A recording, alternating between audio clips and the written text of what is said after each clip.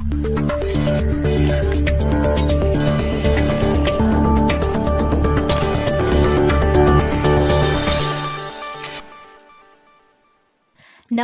मैं शिवानी और आप देख रहे हैं न्यूज़ 47 मीडिया।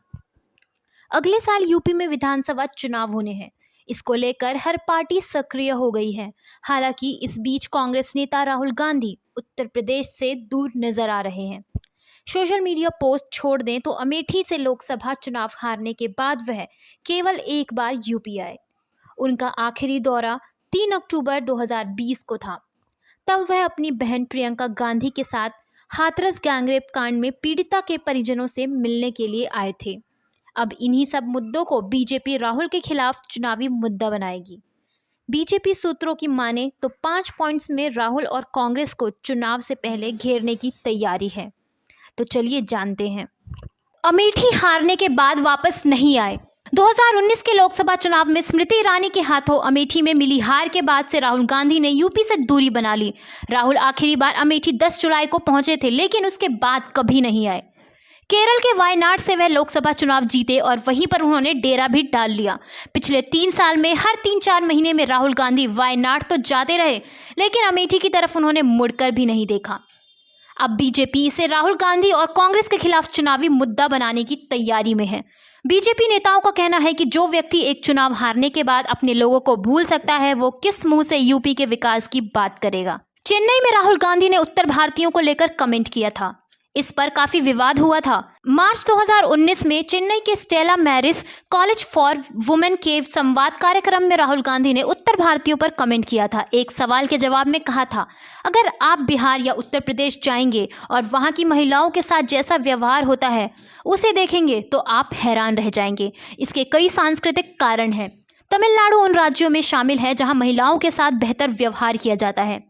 राहुल ने कहा था कि उत्तर भारत की तुलना में दक्षिण भारतीय महिलाओं की स्थिति काफी बेहतर है। बीजेपी इस बयान की फिर से चुनावी मुद्दा बनाने की तैयारी में है। राहुल गांधी की अगुवाई में ही कांग्रेस ने असम, केरल, पश्चिम बंगाल, पुडुचेरी और तमिलनाडु में चुनाव लड़ा। इसमें तमिलनाडु छोड़ दिया जाए तो बाकी सभी राज्यों में कांग्रेस को बुरी हार का सामना करना पड़ा। बंगाल में तो कांग्रेस 44 से सीधा 0 पर पहुंच गई। असम, केरल में भी कुछ खास नहीं कर पाई। पुडुचेरी में भी कांग्रेस सत्ता से बाहर हो गई। इससे पहले बिहार चुनाव में भी कांग्रेस को बुरी हार का सामना करना पड़ा था। बीजेपी अब इसे राहुल गांधी का फेलियर बताकर चुनावी मुद्दा बनाने की कोशिश में है। 2017 विधानसभा चुनाव के दौरान अखिलेश यादव और राहुल गांधी ने गठबंधन किया था।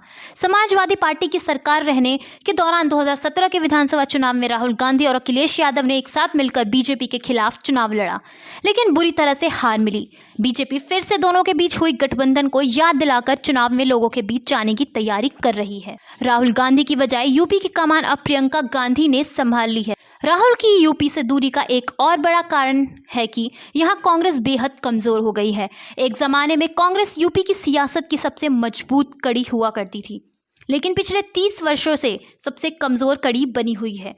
ब्लॉक से लेकर जिले स्तर तक की टीम में गिने चुने लोग ही शामिल हैं। राहुल गांधी की छवि भी यूपी में खराब है। उनके बदले लोग और कांग्रेस के नेता प्रियंका गांधी को ज्यादा पसंद करते हैं।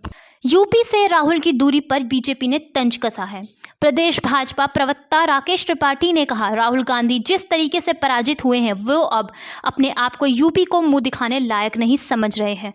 लगातार मिल रही हार से वह काफी निराश और हताश हैं। इसीलिए उन्होंने अपनी बहन प्रियंका वाड्रा को आगे किया है।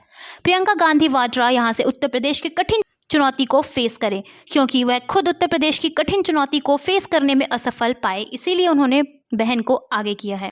कांग्रेस अध्यक्ष बोले, राहुल गांधी के दिलों में बसे हैं। कांग्रेस अध्यक्ष अजय कुमार लल्लू ने बीजेपी नेताओं पर पलटवार किया। कहा, राहुल गांधी सभी के दिलों में बसते हैं। आज देश की मुद्दों को सिर्फ राहुल जी उठा रहे हैं।